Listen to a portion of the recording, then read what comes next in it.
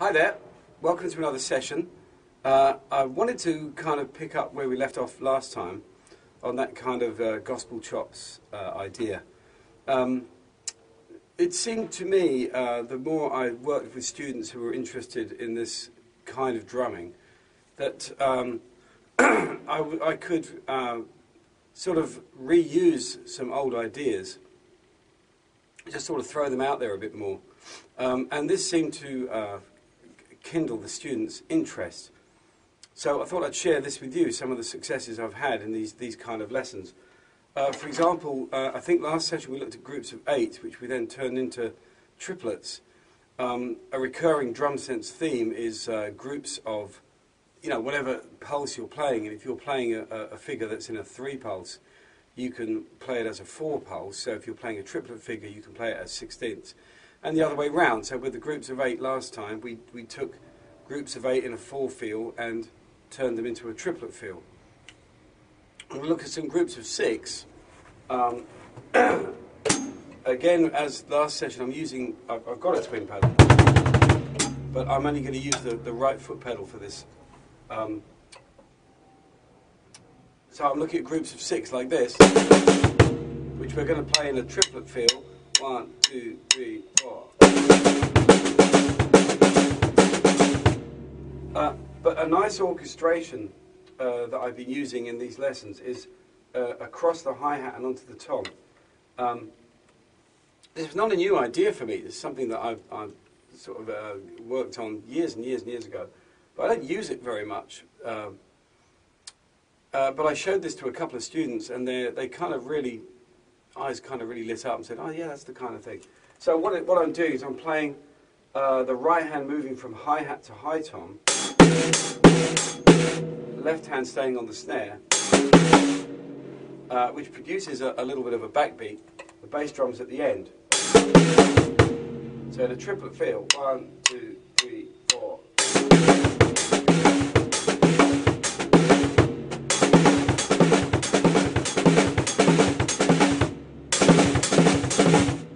Now it sounds really funky if you come out on a downbeat.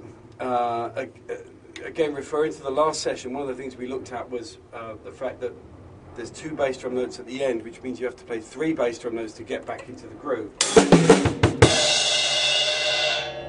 And we sort of didn't want to do that. This particular figure sounds really cool if you actually finish on a smack down beat, like a 1, 2.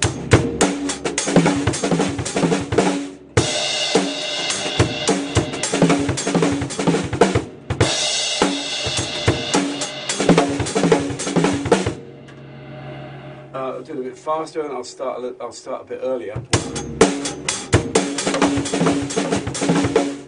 So that the kind of downbeat is actually the first note of the bar.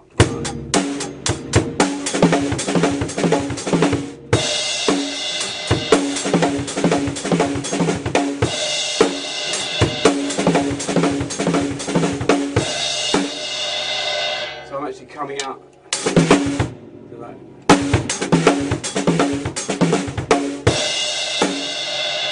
Literally starting halfway through. Starting there. 1, 2, 3, 4.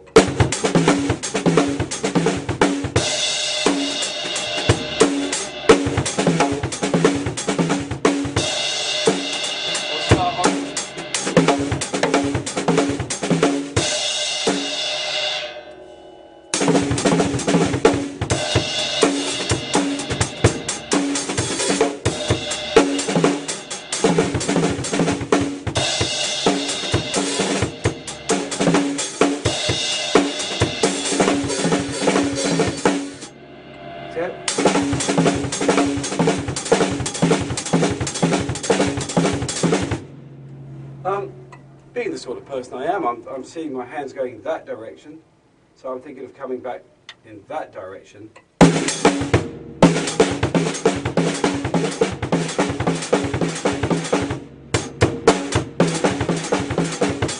Sorry. 6 tangled up.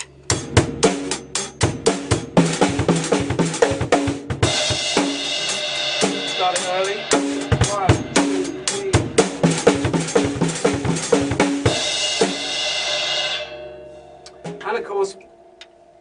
way and that way, alternating.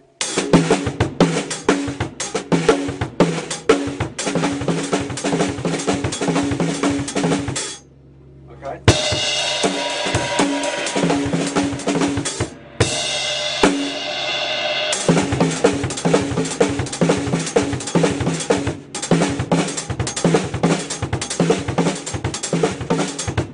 So that there and there.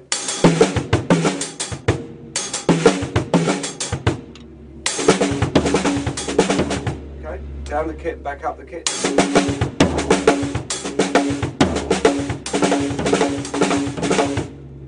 So those kind of ideas seem to fit in with this gospel chop style of drumming. And then for fun, shift it so you start with the bass drum notes.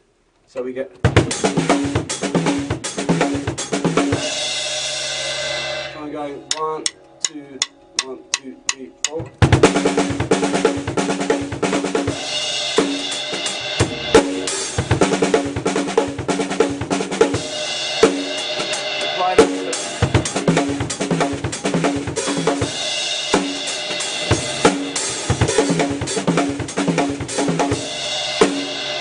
So get that up to speed, and it just sounds slightly more off the wall.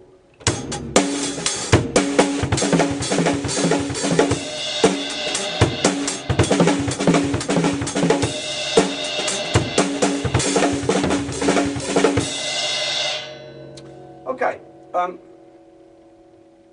then of course we play it as a 16th, 1 E and a 2 E and a 3 E and a 4 E and a. So I'm starting with the bass drum. This is quite a nice figure anyway. You get a kind of.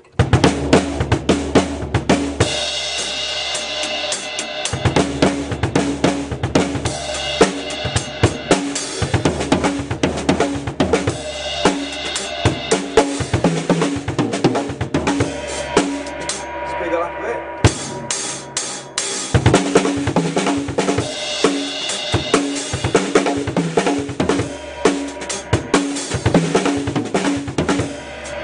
Take it over 2 bars. 1, 2, 3, 4. 1, 2, 3, 4.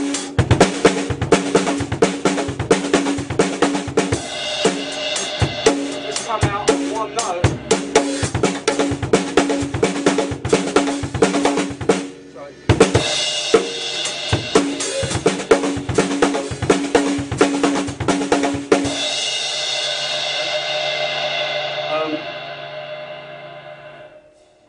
And then play it in our kind of gospel-y way.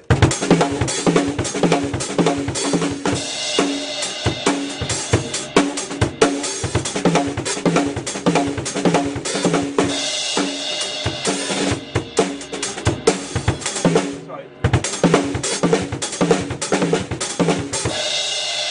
Kind of thing. One little thing to finish. We touched on last session, starting with the second bass drum note.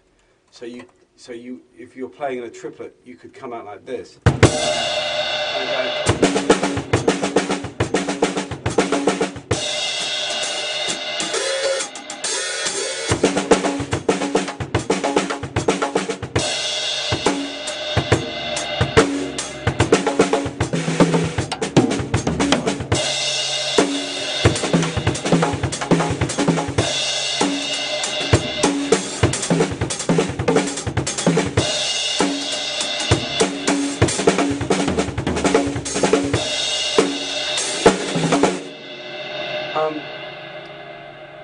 That's really cool, and that played as a 16.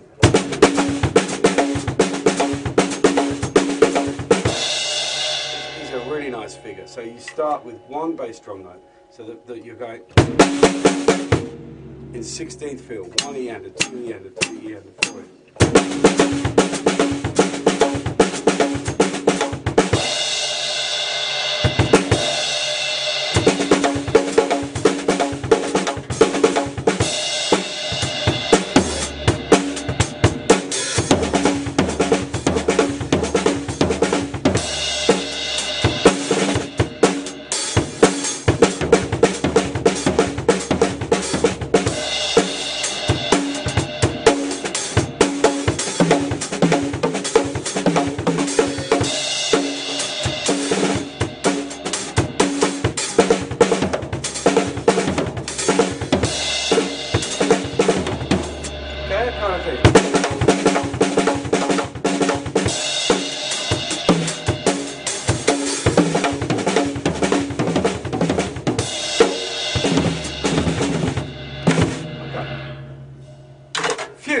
you entertained for a bit, and certainly keep your students entertained.